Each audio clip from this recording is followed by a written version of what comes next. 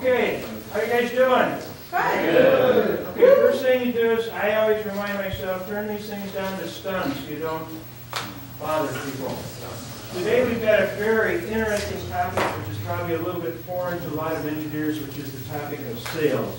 You might think that as engineers you don't have to know much about that, but I got to tell you, the very first thing you're going to do in the next couple months is sell yourself. And then from then on, you're going to be selling proposals, projects, and things like that to upper management or wherever you're working.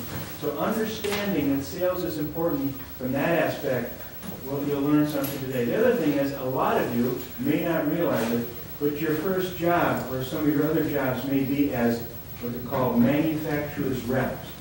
That's a very fancy term for you're going to be selling some products, you're going to be salespeople, if you will. So this is an important topic, and I give our full attention to our presenters. The other thing I want to mention is it depends on how our timing goes today. The university is asking us to do a critical assessment testing. I told you about that in an email today. If time permits, we'll do it at the end of this period after the presentations. If time does not permit, we'll have to schedule yet one more class to get that done. So we'll just see how it goes. In the meantime, I'm going to be handing out the ubiquitous 3x5 cards for two reasons. Take an extra one so you can put questions down if you have questions, and also for attendance. So having said that, I'm going to turn this over to Kate Breenan, who is our moderator for the panel today, and I think you'll find this very interesting. Kate?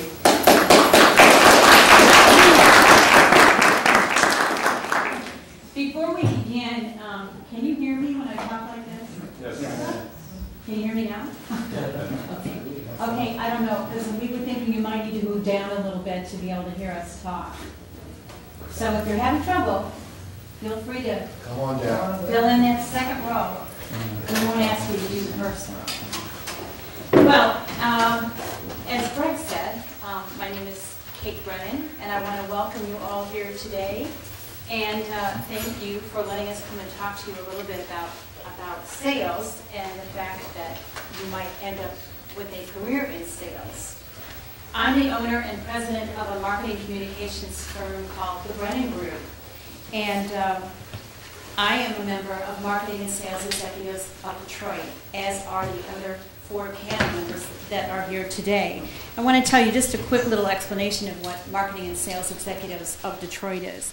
It's an organization of accomplished sales and marketing professionals that recognize the value of building and nurturing relationships with their peers. In short, it's a networking group. So anyway, I want to talk to you a little bit, very quickly. We're going to go over a quick overview of what's going to be involved in this panel discussion. We're going to have 4 different topics about sales. The first one is myths about sales. Next, we're going to talk about defining sales. What is it? Then we're going to talk about the actual selling function.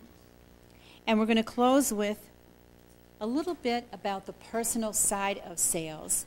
And once we finish all of those discussions, we will open it up to you for any questions and answers that you might have. And hopefully it'll give you a little understanding of the breadth of what a career in sales can be. It's not just some guy at a car lot selling cars, and it can be very exciting, and you can travel all over the world and do some really very interesting, challenging work. Now I'm going to introduce you to our panel, starting with the first man to my right, Mr. Paul Kimmel. Paul is healthcare specialist for Lanier Worldwide, selling information and communication solutions to hospitals and large long-term care facilities. He's a member of the $1 Million Club, which he'll probably explain what that is to you, and is a 2-time Century Club winner. He has a bachelor's degree in applied arts. Sitting next to him is Norm Bash. Norm has 30 years of industrial management, marketing, and sales experience with GE, Uniroyal, and Freudenberg and OK. His consulting firm, Norm Bash & Associates, LLC, helps companies in transition to identify and articulate their opportunities and or problems, and to decide whether to go forward, stop, or gather additional information for strategic decision-making. He has a bachelor's degree in chemistry and an MBA in marketing. Mike Dorney has 21 years of sales and marketing experience, including 10 years leading an industrial sales and marketing team of 25 people for ThyssenKrupp. Currently, he is Director of Sales for Meridian Automotive Components. Mike has a bachelor's in chemical engineering. And last but not least, on the other end, Brian Denoe. Brian brings over 24 years of sales, marketing, engineering, and management at, what is that, GE? Oh, it says GE. At GE and Hewlett-Packard, Brian is managing partner of Atrio System, a consulting company that supplies CRM and sales methodology solutions to a variety of industries. He has a bachelor's in electrical engineering and an MBA in marketing. Now, I'd like to ask you to please hold all of your questions until the last person has spoken, and we'll take them all at the end. So without further ado, I'd like to introduce Paul Kimmel.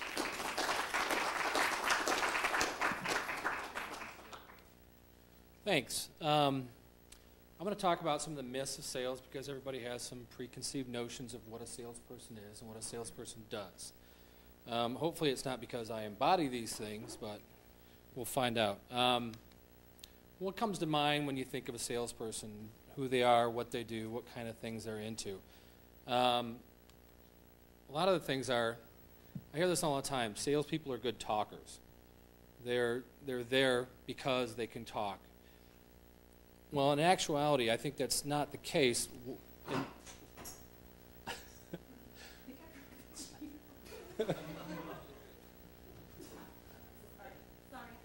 What I've actually found to be the case is that salespeople are good listeners. The best salespeople are the good listeners. One of the things we always say is you have 2 ears and 1 mouth, and you should listen and speak in that same ratio. A lot of people think that sales is done through intimidation, through beating the customer down, and also that it's not an intellectual process, where in actuality, and a lot of these things we're going to kind of discuss further, but sales is actually a very intellectual process. It's a step-by-step intellectual process. Salespeople are not respected. Actually, a lot of the CEOs, VPs of major corporations come from the sales arena, and that sales is boring. And that's probably the furthest thing from the truth, because the great thing about sales is it's something different every day. You never have a same situation. A lot of times you have things that you can draw on from past experiences, but every situation is different. Also, that you can't make money in sales, which is not true. A lot of the highest paid people out there are in sales. And that salespeople are not honest. This is probably the worst or the biggest misconception. In my experience, what I found to be the case is that the salespeople that are misleading or not honest, they have a very short lifespan, because typically what happens is it catches up to you. If you're not telling the customer the truth, they will find out eventually, and you won't have any longevity in this industry. Salespeople are untrustworthy. That's basically the same thing. Salespeople are self-centered, and I was thinking about this, and I'm not sure if I can really refute that necessarily, because I think sometimes sales is a self-centered profession, because we're out there kind of on an island. It's a lot of individual work. So I think sometimes we are a little self-centered, but ultimately there are a lot of altruistic things that we can look at in sales, which I'll talk about a little bit later. Salespeople are loud. Like I said before, the most successful salespeople, in my experience, are the best listeners. Salespeople don't listen, they only talk. And here's another one. Salespeople show up and throw up. That's kind of a thing that we use in the industry, whereas you learn all this information about your product, and you go into a customer and you give every single bit of information as soon as you can without earning the business by asking the questions, finding out the individual business needs. But we don't do that. And I think the other one is sales is a dead-end job. It doesn't lead to management. And that's not the case. As we'll look at later, A lot of the VPs, CEOs do come from sales. Mythbusters. What are the qualities of a good salesperson? I think the key is attitude. Having a positive attitude is probably one of the most important things that you can do in sales. Because a lot of what sales is rejection. You might make 25 calls in a day, and the first 24 are no's. No, we're not interested. No, we don't want to talk to you. Well, through the mathematics of it, we know that for every yes, we might need to say, we might need to get 20 no's, or 24 no's, or 15 no's. So the person with a positive attitude is going to realize that, you know what, that no is just getting me closer to another yes. Salespeople can make lots of money. They absolutely can. Top salespeople are making $400,000, $500,000, $600,000 a year, and even the very good ones are in the six figures. I think this is my favorite thing about sales. The harder you work, the more money you can make. If I'm, and one of the things about sales is you get a lot of autonomy. You don't have somebody looking over your shoulder a lot. So if you've had a really bad day, you can at 2 o'clock go to the movies if you want to. But if you want to make money, if you want to work hard, if you can jam as many calls into a day, the harder you work, you will make more money. And finally, selling is fun. It does require out-of-the-box thinking, especially in today's day and age. We need to have creative solutions. There's always a competitor that's got a lower price or more features or more functions. But if you can find a customer's need, if you can find a solution to their business problem, by asking the right questions, you can really make an impact on their lives.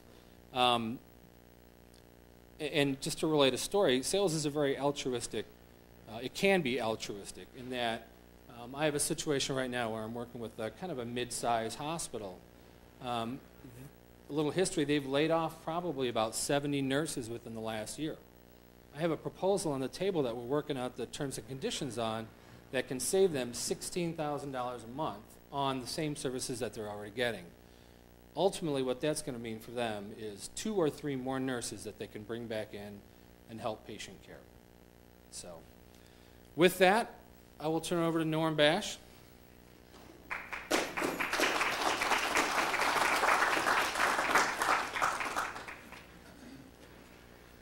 I'm going to take a look at defining sales, and there are 2 things that I'd like to start with. One is that sales is a lot more complicated than most people think. There are a lot of subcategories that we can discuss, and that these subcategories are some of the things that make it interesting and make it appeal, make the function of sales appeal to a variety of different kind of people as a career opportunity. And it's also amenable to a logical analysis. Some of us here are engineers, and this panel has a pretty substantial engineering and technical kind of a background. I'm going to use the technique that a good newspaper reporter uses. He looks at the questions of who, what, where, when, how, and why. And I'm going to use those to address the sales function. We'll start with who. And we can either talk about to whom or by whom. To whom falls into 2 categories. One is business to consumer, and that would be all of the retail businesses that you know. And the second is business to business. As you come out of a technical background, if you go into sales or end up in sales, you're more likely to be in an area where your technical expertise will give you a special advantage. And when you talk about by whom, we talk about the background that a salesman has. He can be a technical expert. He can be an expert in the customer's business. He can have an education that leads him in those directions. His personality, at the very minimum, not so much needs to be a good talker, but he does need to be sincerely interested in his customers and willing to listen to them and anxious to help them improve the way they do their business, either in terms of improving sales, increasing sales, lowering costs, improving profitability. So those are the essence of what a good salesman would want to have going into a situation across a variety of different industries. When we talk about what, we talk about three different kinds of categories. We talk about selling tangible products, a tangible product, a car, food, a scientific instrument, or we talk about intangibles such as life insurance or a service contract or things that you can't actually see that you have to understand intellectually in terms of understanding what the value is.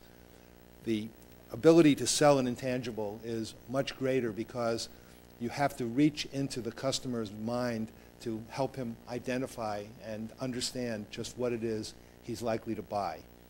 So that's what selling intangibles are. The third level is service, and we talk about things like guaranteeing that something will work, being available when something goes wrong. Again, it's intangible, but it's intangible in a tangible variety in the sense of what you're physically going to get.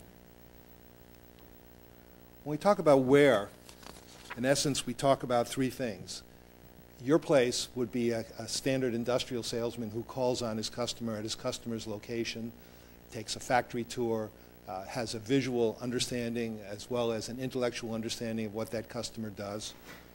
The second is my place. That would be you coming into my place of operation, my store, whatever I have in terms of where I do business. I may have a yard where I sell things. It could be any of those kinds of physical places.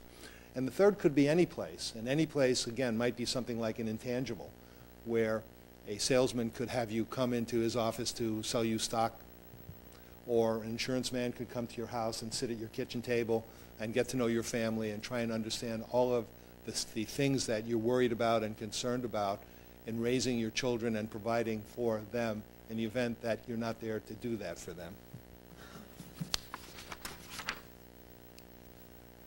The next item is when, and again, three categories. One is anytime.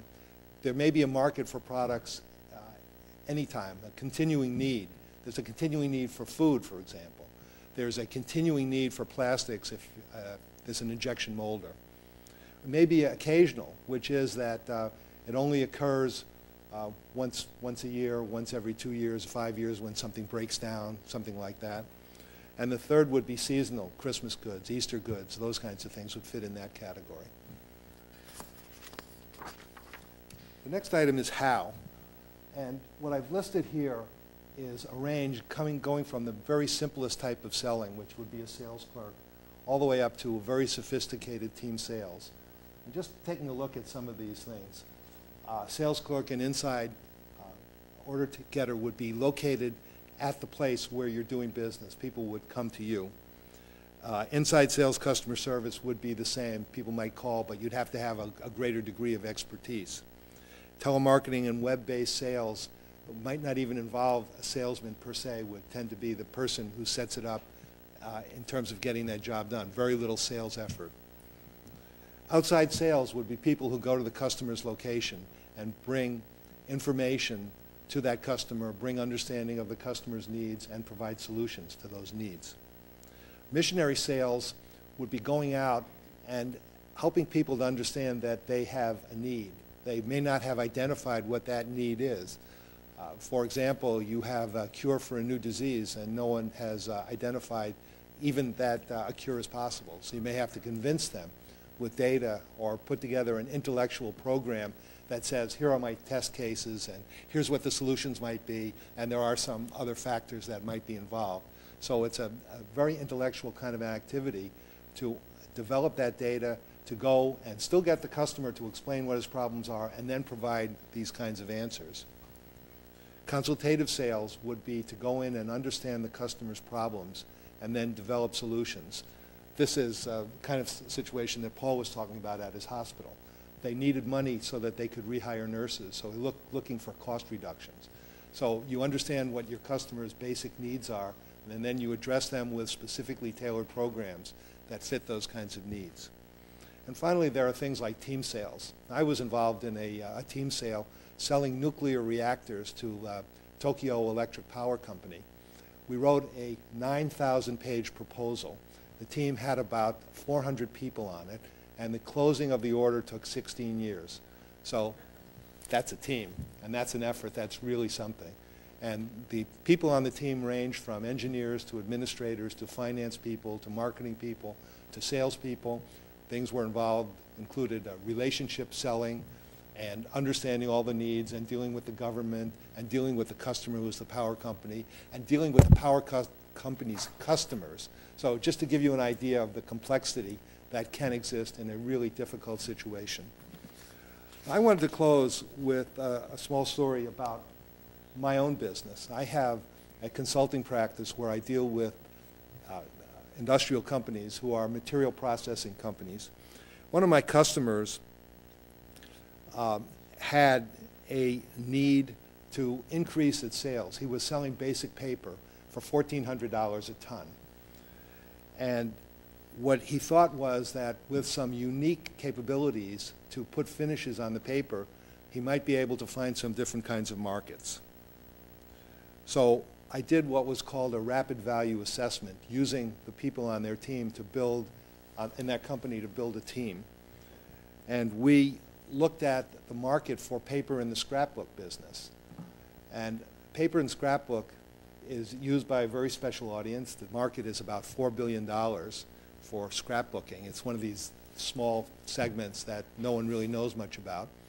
So we looked at that and looked at the kind of paper effects that people in that business wanted.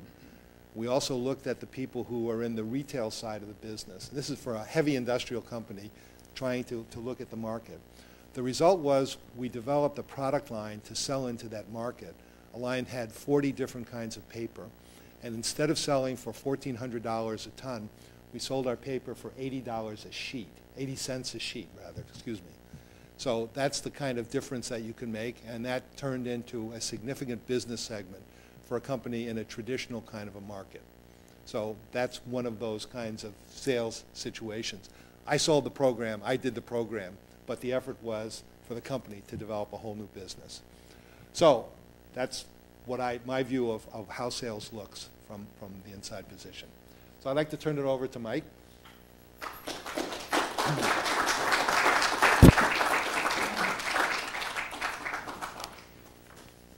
So how are we all doing? Everybody still with us? The good news about me is that when I come up, it means we're half over.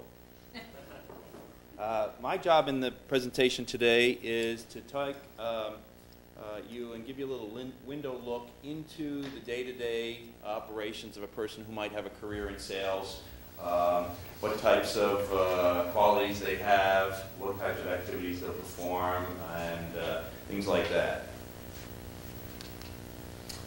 So it may not surprise you to hear that relationship building is an important skill set to have in sales. You need to be able to meet people and develop a network, and you need to nurture that network and keep in touch with it at all times so that you can get leads. And that's the thing that the salesperson needs. They need to get leads so they can determine where the potential sales might be. But you may not know that salespeople have to be very organized, because you're going to have, as Paul mentioned, nobody watching over you, supervising you on a day-to-day basis, and you're going to have all these leads coming in, and you want to determine which leads are dead ends and which leads are the ones that can turn out to make money for you or your company, and so you have to be able to prioritize your workload.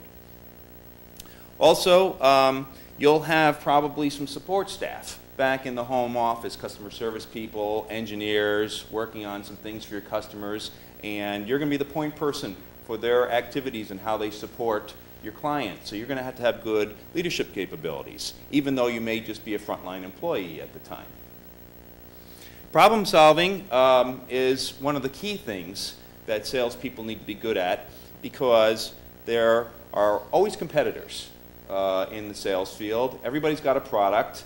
You probably have 2 or 3 major competitors that are just as good as you are, and you need to be able to differentiate your product, find out what the customer is trying to accomplish, avoid, or fix, right? And those, by the way, those 3 points are good things for you to think about all the time whenever you're in personal selling or in the business field. If you can always focus on how you can help somebody accomplish something, fix something, or avoid something, you'll be successful.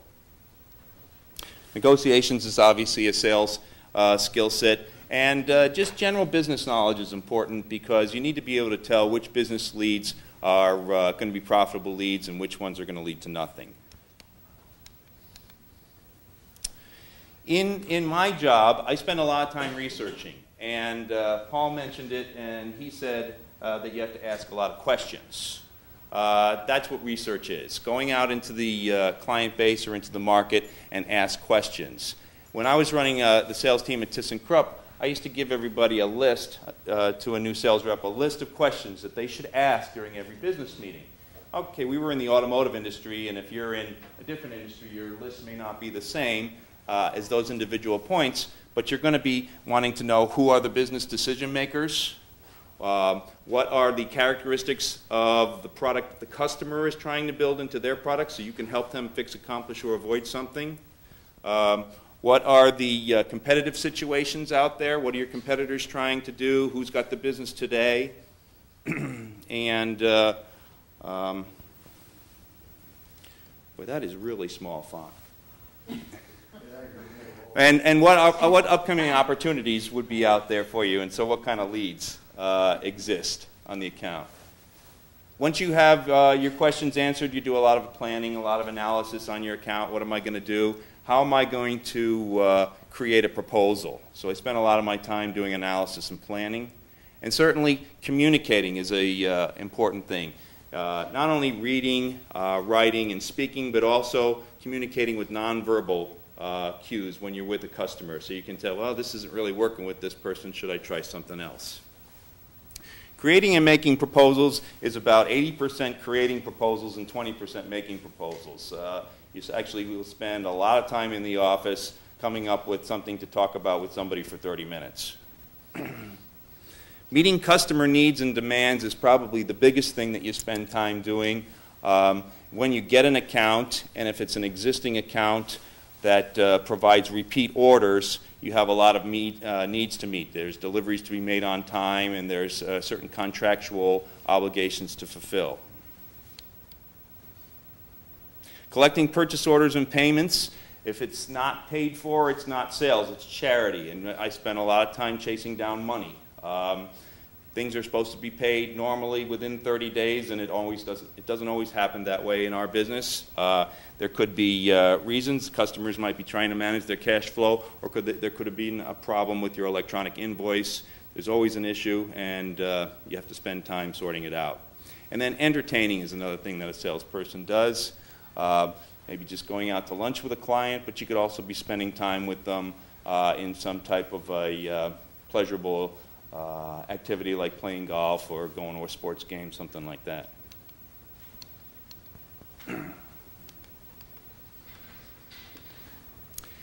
There are two types of sales reps in any company that has a large enough sales force. There are people who are really good at going out and getting new business. And those are referred to in the industry as hunters. They're driven by the challenge to seek and make new relationships, to seek and find new markets. And those accounts, once developed, are generally turned over to people who are characterized as farmers, people who maybe they couldn't get a new contract out in the marketplace if their life depended on it, but they might be excellent at making customers happy once you have the accounts. And in a big sales force, you need both types of people. Generally, junior level salespeople just being assigned to an account might start out in the farming mode until the organization's management figures out that you're good at seeking new business. So that would probably be either an entry-level position or one that you're really good at and you're going to stay at in your career. Every sales account has a territory. Territories are defined different ways. In my early days, I had accounts that were defined by the number of companies that I would call on. It was arbitrary. I was calling on first everybody that was doing business with Daimler Chrysler. But you could have a territory, like the state of Michigan, for example, or you could have a strategic customer where you're going to do everything that your company does just for the General Motors company, and that's your strategic customer.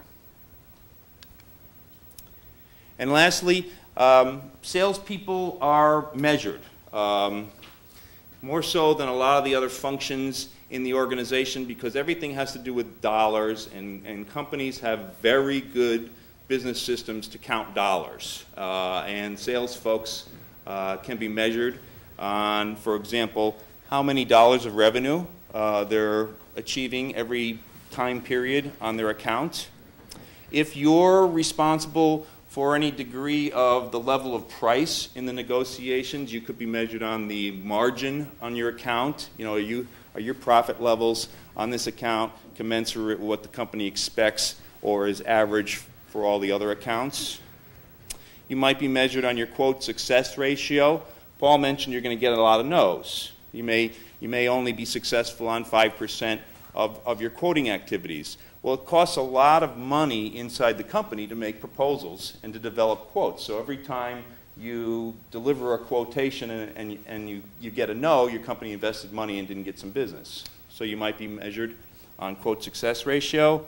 And certain folks, especially those in the farming mode, would be responsible for their customer satisfaction indexes. Like, for example, are your products delivered on time?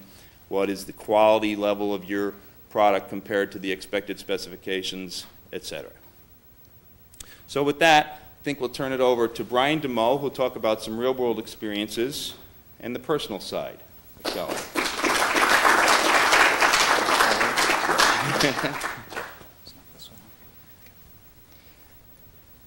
Well, thank you, everyone.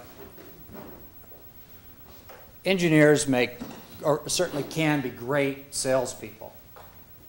There's no doubt about it. Let's have a look at the personal side of sales and see if sales is right for you. So first of all, you know, why sales? Why does it matter? So what? Well, the fact of the matter is nothing happens without a sale or before a sale. If our customers go away, we're not needed. So sales drives every business. Okay? It's really important. All right, that being said, when you look at yourself, and perhaps you're thinking about sales, you might ask yourself, you know, do I like meeting people? Do I like helping people, helping them come to some sort of solution in their business? You may also ask yourself, you know, am I comfortable or am I interested in helping people uncover their needs or helping understand needs so that I might be able to translate them back to our business so that we could provide a product or service? Okay? Do I like problem solving? That's usually pretty consistent with engineering. In fact, that's what my experience says. A lot of engineers really like sales for just that reason. They're great problem solvers. They can help their customers or clients solve problems, and as a result, they do a good job for their company. Okay, some people like sales because they enjoy the independence of selling. You set your, as I've already said earlier, you set your own schedules, you have agendas with your clients, and you set your schedules internally within your business as well. Others like the fact they get to travel. You may just like to travel around the Detroit area. You may choose to be an international salesperson and spend half of your time in Europe or Asia or whatever. Often not a junior position, but as you rise in the ranks, those positions often become available. And they're very high-profile positions. Typically, the CEO is a good friend of yours, cares very much about how you are growing the business in another country. So it's a very high-profile position. So that's really part of visibility. Do you enjoy the visibility? Some people really get off on being visible, being, the adrenaline rush and being in the exciting position, reporting to the CEO, reporting to executives, and all the associated pressure with it. And ultimately, do you like winning? It's a sort of a sick thing to say, but, you know, they say, or I at least say, that there's no such thing as a good loser. In fact, the only good loser is a loser. Salespeople really like winning. They show up to win every single day. Okay, and that's something that drives a salesperson. And with that comes success and often a whole lot of money. Some say it. These gentlemen, for example. Okay, there's a basic pretense here in selling, and that sales success comes from creating excellent customer service and satisfaction, which is really a direct result of your attitude personality, and professionalism. Not only that, it's also your direct commitment to your customers. Okay? So there's a new challenge in the 21st century. It's not just serving your customers. There's more to it than that. It's a whole lot more complex. And if you're looking at sales and you're thinking about it and saying, does this fit me? Maybe not today, maybe in the future. You might want to think about a few of these things. Okay? Success comes from understanding customers, asking customers great questions, listening. And really, I'm just summarizing some of the things we've heard already. But it's about you and whether you like doing these things. Okay? Identifying solutions, being memorable, creating a wow. There's not one of us that wants to get up in the morning and say, boy, I want another average day. Not one of us. Our customers are the same. They want to deal with people that wow them. So when you do something, when you add value to their business by fixing, helping them accomplish something, or avoiding a problem, they remember that. If you like doing that, you will add value to their business. You will wow them. Okay? And that's really consistent with surprising them. And also, as you get to know them, they become family. You create this extended family. You develop more relationships with your customers, which in turn creates loyalty.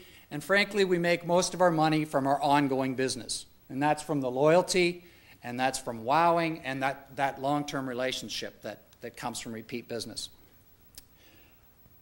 Like engineering, sales is not for free.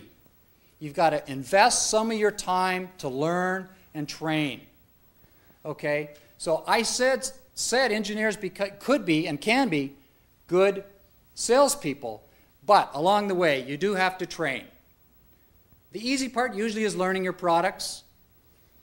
That's easy. Most companies do a good job. But in addition, you've got to learn more things. And there's a whole lot more things here to learn, like prospecting, targeting, sales planning, territory management, cold calling, dealing with objections, becoming at peace or comfortable with no or objections. In bigger situations, well, not even bigger situations, frankly, most situations, negotiating, looking for a win-win with your customers, as well as closing techniques and account management, all part of the training that goes into being a good salesperson. So this isn't something you jump into, it's something you're constantly growing into. Not unlike engineering, but there is part of this, part of becoming a good salesperson is the training aspect as well. And with that come a lot of benefits in a career in sales. Okay, certainly there's a lot of satisfaction. Satisfaction from helping your customers through to satisfaction in your company and helping your company grow. That's often associated with big bonuses and a lot of visibility. And frankly, being on the front line is pretty exciting as well. And frankly, if you don't like the limelight, some of the high-profile sales positions may not be for you. There certainly are sales positions, though, where you're not always in high visibility. The travel we talked about, as well as meeting people. If you like meeting people, you like building relationships, sales is fantastic for that. What else we got here? Management track record as well. Management track record, frankly, good salespeople, people that can grow a business, think like business people, can very often move into a management position, typically in a sales management, and then, quite frankly, often into company management positions as well, at an executive level. Okay, and it's really what I'm alluding to here. The career path typically starts as sales representative. Sometimes you'll move into a customer service representative role. Sales engineering, another possibility. Account management. Growing into a global account manager. I might be responsible for a plant at General Motors. I may take over powertrain division responsibility. Maybe I'm the General Motors account manager. Ultimately, the General Motors global account manager. Each one successively more responsibility and often more people helping you, but certainly a much bigger role as you grow. And really that's consistent with growing into being a sales manager or vice president of sales, and ultimately on to CEO. And so here are some examples of where that growth can and has occurred in the past.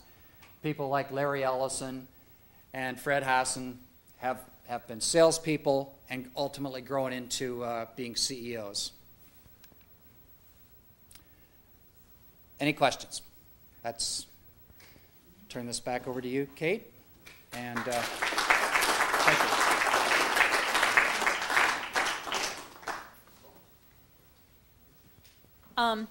Okay, thank you, everybody. That was informative for me. And I want to ask, is there anyone here that has any questions?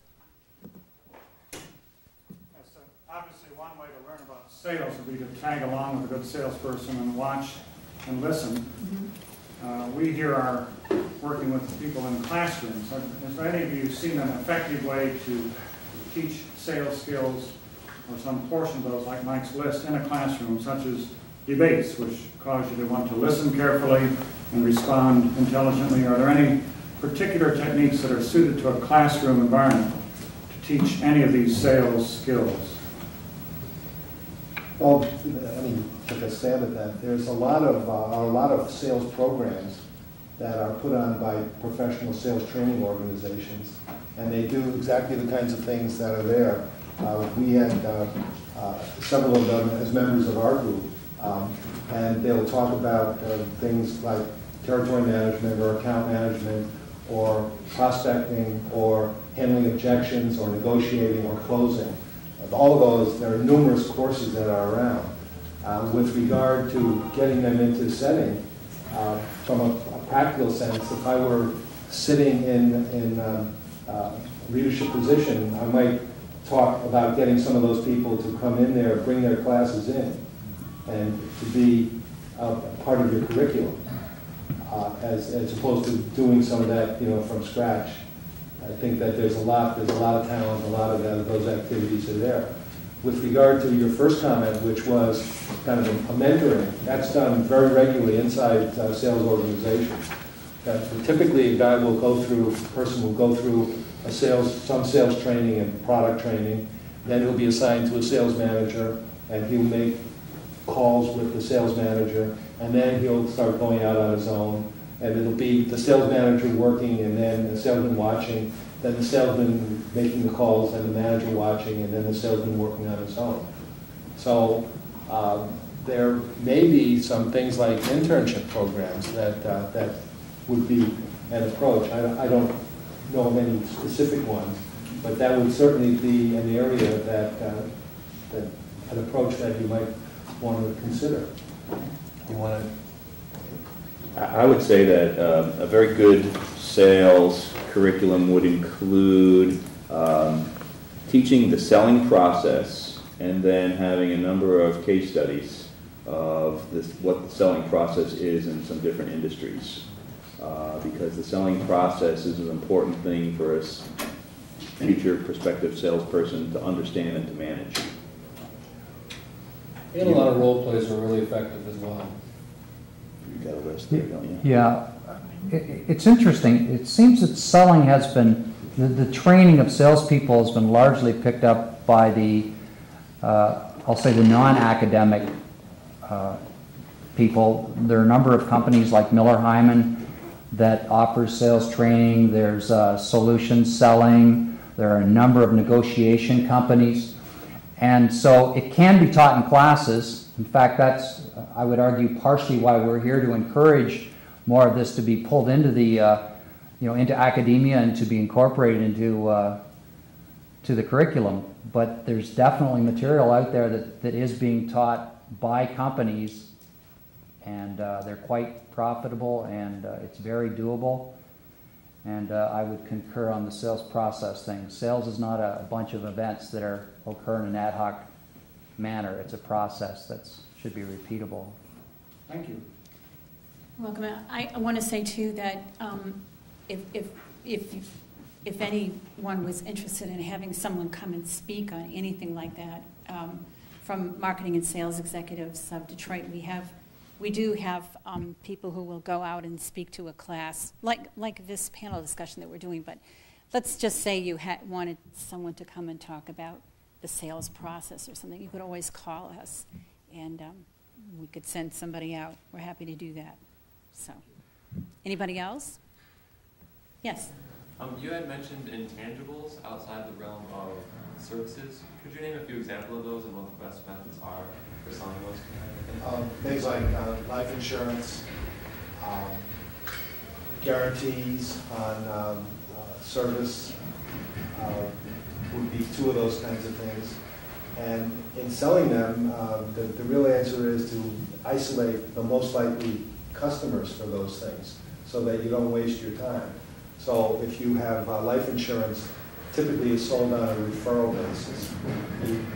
You successfully sell to one person, and you ask them, do you have any friends or family that might also have the same kinds of needs that you have, namely of a certain age or a certain family life cycle position or a certain income level or certain levels of interest. Because intangibles are typically sold by creating relationships and then using that as an opportunity to learn about the person's particular needs and requirements, and then tailoring a package that satisfies those needs and requirements within the context of that relationship. Is that you handle? Anybody else? Yes? For the people who are got a bachelor's degree in engineering, what was the transition from being a student in engineering to going into the sales field for you? So I started out as a person with a chemical engineering degree, and I had a job in a factory as a process engineer. And I got involved with visiting my customers' facilities and making service calls to check that the product quality was good, or if we were trying a trial and we wanted to see some experimental material. That kind of then moved me into a sales engineering type of a career, and then I moved into direct sales once I had developed a little bit of the selling skills, and I moved into sales management after that. And in my case, I started at GE as an engineer, electrical engineer, and I was involved with installing drive systems or electronics for machinery, as well as shortly thereafter defining the requirements, or we call them specifications. So moved from that to working closely with customers to define the requirements for new installations. Later moved into working more closely with marketing, our marketing group, helping market our products, our capabilities, so that we could ultimately sell them. And then from that moved into a direct sales role. And never looked back. Never looked back. Can't go back. Can't go back. It's hard to go back. My experience was that as an undergraduate, I had a degree in chemistry. I really decided that being a chemist wasn't what I wanted to do. So I went right to business school and then went into roles that were market analysis, market planning kinds of things, and then switched from that into sales, and then worked in a variety of different management jobs. And then got back into sales, and as running my own company, I am the salesman, and that's really what I do. Spend half my time selling and half my time doing work. On that same note, excuse me, do you need that like few years of like working as a real engineer, or can you like jump right into sales? Some positions in hiring might have as a prerequisite a technical background and a requirement. You know, for example, if you're going to sell technical products in the automotive industry to engineers that are designing components for cars, your company's sales manager might want to hire somebody who can speak their language, and so might look for somebody that is indeed a degreed engineer and has some personality traits that might make them successful in sales. So I think it's definitely a possibility, but it just seems to me like a lot of the guys who are in sales that have engineering backgrounds actually did a little bit of work in sales and then got nabbed by the sales manager, so to speak, because they thought they would be successful in that area. I think that if you're already really committed to wanting to be in sales and to use your technical degree in that area, what you might want to do is look for companies that have training programs or who are interested in taking people for making a long-term commitment to them, who have good human relations programs. GE, for example, would be a company that does that. But many of the big companies, would look for people who are directed into sales, might put them into other functions, in product planning, which have engineering content, and give them a chance to learn about products and the company and so on, and with the intention of moving them out in 9 months or a year or 2 years into a field selling role. That might be a way to think about going. Anybody else? Sure, up here. You had mentioned that 9,000-page report for the. Is that a typical activity, or was that a very, very extreme case? Well, there are too many $16 billion quotes, so that was a very That was going to be unusual my kind of question. thing. How much did the company make on the $9,000? In a lot of business-to-business selling, the clients will put out an official package that could be called a request for proposal or a request for quote or something like that, and there would be a list of requirements that they ask you to submit back. So it may not be 9,000 pages. It could be 500. It could be, or it could be 20. Yeah. But certainly a lot of backup information to convince the client that they should buy your product or services could be involved in business-to-business selling. Just as a follow-up, another kind of example, a company decides to change advertising agencies, so they send out a request for a proposal to 4 or 5 agencies, and these agencies might spend $100,000 or $200,000 preparing a proposal with 1 chance in 5 of getting it. That's just a way of doing business. So some of these kinds of things, you do business with a company like a Boeing, and we put out for an oil seal a rear wing flap actuator, and we were going to sell it for 12 years. And we did a 500-page proposal, of which about 300 pages was the technical capabilities of the company. Every piece of test equipment, all of the manufacturing facilities, our plan for developing a factory within a factory, our shipment schedules, the amount of inventory we would put in. These were all parts of the proposal that we had to make to the company. So these are the range of things. And then others, you may just put in a price and a delivery schedule, depending on how well the company knows you and how much information their system requires in order to make it function. So it's a lot of waste that can be in there as well. And one of the things that engineers can do is to help their clients, their customers, cut down the amount of useless work so that the costs of the entire system are reduced. I'll throw in maybe an example that's contrary to that. While I agree with it, there's the other side of the coin. And one of the things that I'm a big advocate of, and as much as possible, we try to work towards doing no proposals. Now the fact of the matter is that often you have to do it. But where you don't, sometimes companies get in a rut of always doing proposals because that's what they do. So the corollary to that is do as few as possible. And so we have a method when we sell that we basically try to understand all the requirements. You'll meet with your clients, but basically review and feedback them through active listening all of the things that you're going to do and give demonstrations and basically show them what might be in the words of a document, but do a very short proposal afterwards if they require it. So they can sometimes be as short as 2 pages, essentially summarizing your experience to date.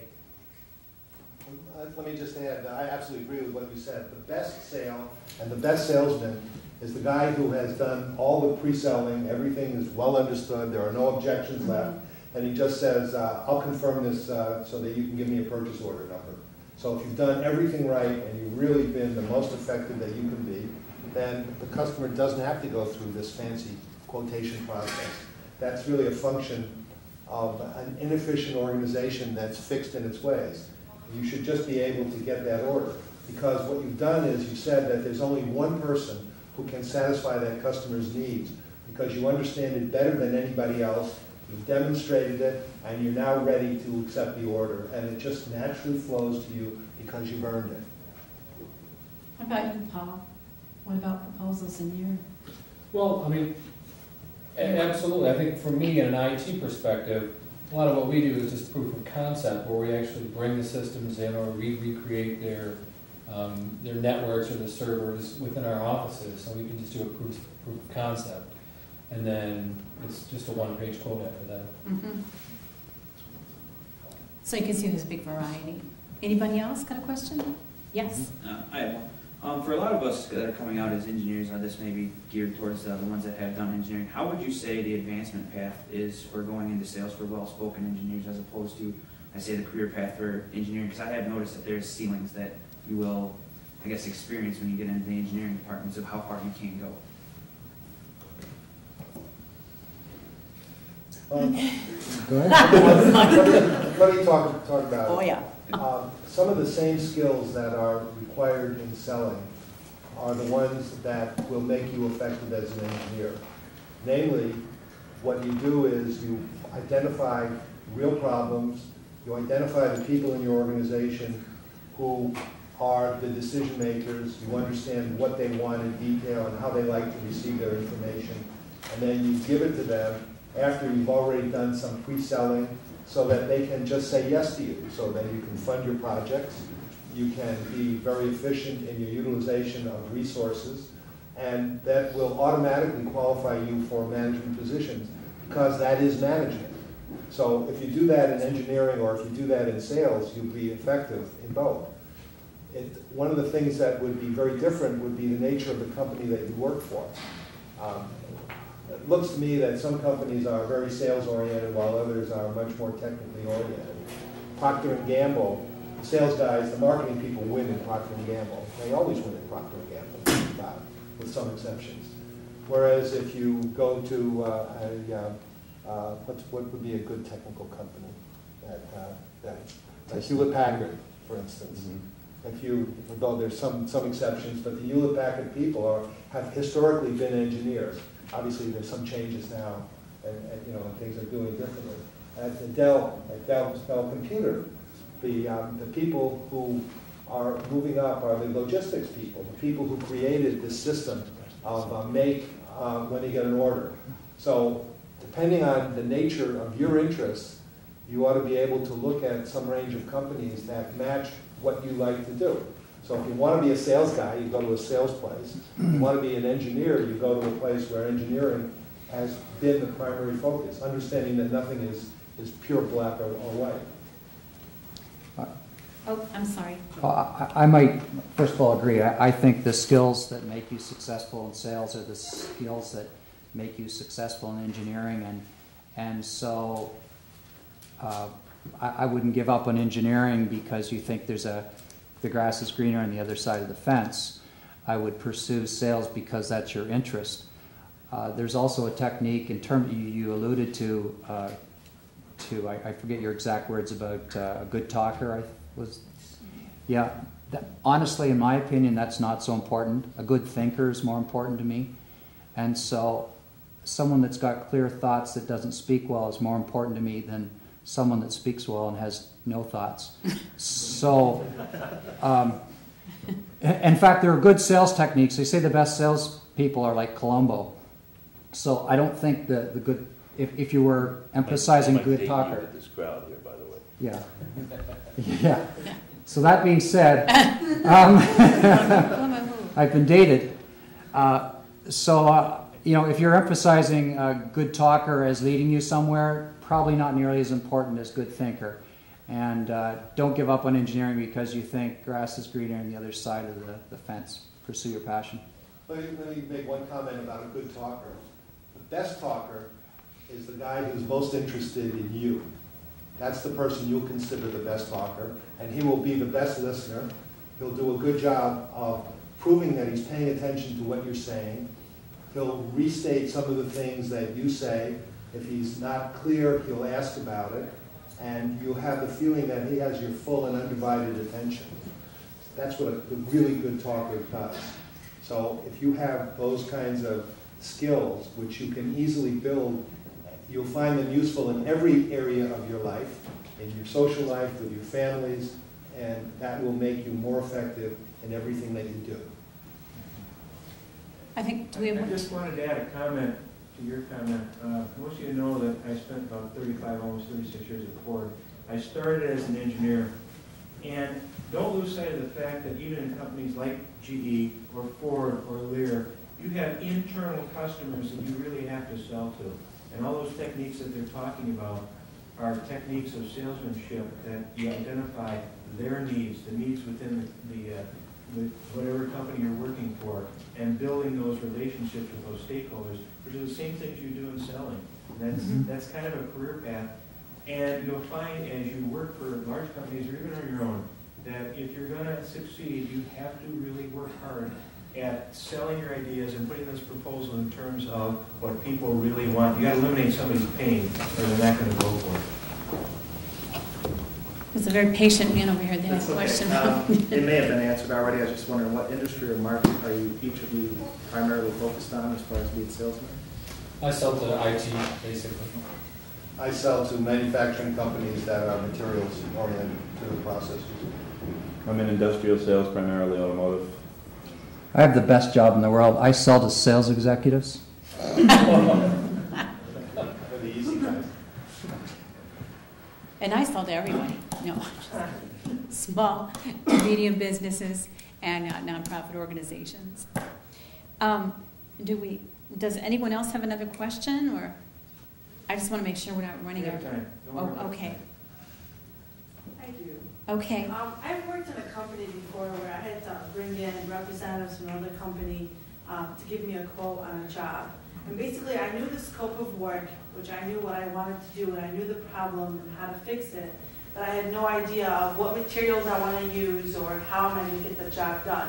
It was a piping project, and when his title was an estimator, and I don't know if there's a difference between that and a sales representative, but basically my expectations of that person was for him to tell me what kind of material would I want to use for this system, you know, on the pressure that I use. Although I had ideas, but really I expected him to be the expert at it because that's what I want.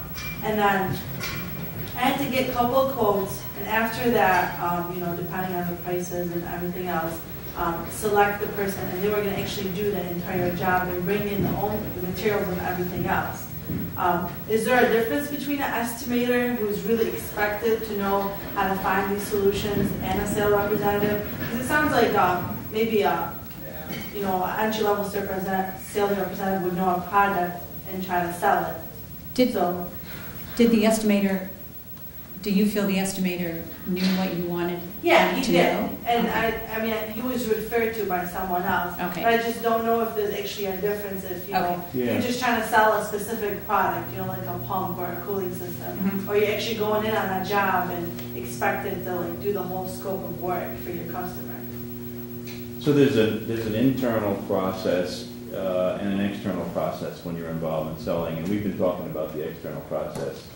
In the internal process, in my organization, we actually call it the estimating process. And so when a client needs something and you identified a scope of work, right, before the salesperson can deliver the proposal and then evaluate with the client the benefits of the proposal, you need to put something together. You need to create a bill of materials, and then you need to create a process for how that project is going to be completed for the customer, and then you need to figure out how much it's going to cost. And those are the things that estimators do. And so they're generally involved with the internal process. And do you have any other comments? You were shaking your head? Well, I mean, it would be similar for us, because a lot of times we don't know a lot of the applications that people are using, but luckily we have solutions engineers that are dedicated to different kind of aspects of what we do. And we would typically bring in a solutions engineer once we've met with the customer, somebody that would be able to kind of speak that same language with them. Yeah, I've noticed that they did bring in engineers with them on the second visit as well, after they actually looked at the system and had to take measurements. I mean, it was amazing because these people like did most of the work before they even gave us the quote, and then when they gave us the quote, they knew exactly what they were doing. Sometimes you'd expect them not to know something, but they were actually like came in with their questions and then, you know, just immediately asked for drawings. And I was like, you know, unless you really have a good technical background, I don't know how else we'd be able to do that job, because you can't be trained to understand what piping you need to use for a hydraulic system. That's why I thought like engineers would be good estimators. It was really interesting to me.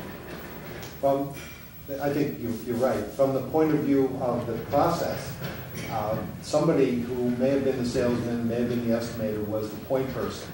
And what he did is he said, we have a project, your company needs to have this kind of a thing, and what has to get done, and then who needs to do it, and when does it have to be there, and what do we have to give to the customer, and then they delivered that. That's a very effective and proper way that some leader, whatever he was called, could have been the company president or a salesman, help define your problem and give you a solution that was addressing your needs and met your price targets or whatever, since you were happy with it. That's good selling. And that's the way it should work. Yeah, a lot of what I do as a non-technical salesperson is I need to ask the kinds of questions that can identify some needs. I might not have the solutions, but I can ask the questions to identify some situations where they're feeling some pain. And at that time, I bring in the people who can basically fix their pain. When we locate pain, inefficiencies, things that aren't working right, we need to fix an itch. That's what we do of some sort. And if we can find that, then we have the opportunity to get an order. Yes. In engineering, in the field of engineering, there are certain computer programs such as CATIA or MATLAB that are utilized, and in the estimator field, there's programs like AccuTap. Is there any sort of well-known program utilized in the sales realm that somebody who's outside of it would be unaware of? That's probably what customer relationship management software. CRM. There's CRM software to manage the relationships. There's sales and marketing portals that allow salespeople to get their information quickly. There are collaboration sites. Collaboration sites. There's mapping software for demographic analysis and for territory analysis. There are all kinds of tools. Microsoft makes them, all kinds of Oracle makes them, SAP makes them. PowerPoint is a sales. PowerPoint's a great sales tool. Word. Lots of quotation software for maintaining lists of projects and prioritizing them and taking expected value, present value, assigning people to them. There's all the project software that you use in engineering. All of the same kinds of things apply. It's rational and it's amenable to quantitative analysis. It is well suited to an engineering mind in terms of the administrative parts of the selling process. Thank you. Anybody else? Oh, go ahead. The company I work for right now, we a tier 1 supplier, and basically we're handling we've got to say requirements for a quote. Ultimately, would you guys as sales representatives or sales account managers, would you be like the key person to get this document and fill it out, or make sure that you can fulfill this document and then take it back to the customer? Yeah, that's what I do. Receive the request for proposal, and that would be the point person for the company to receive that.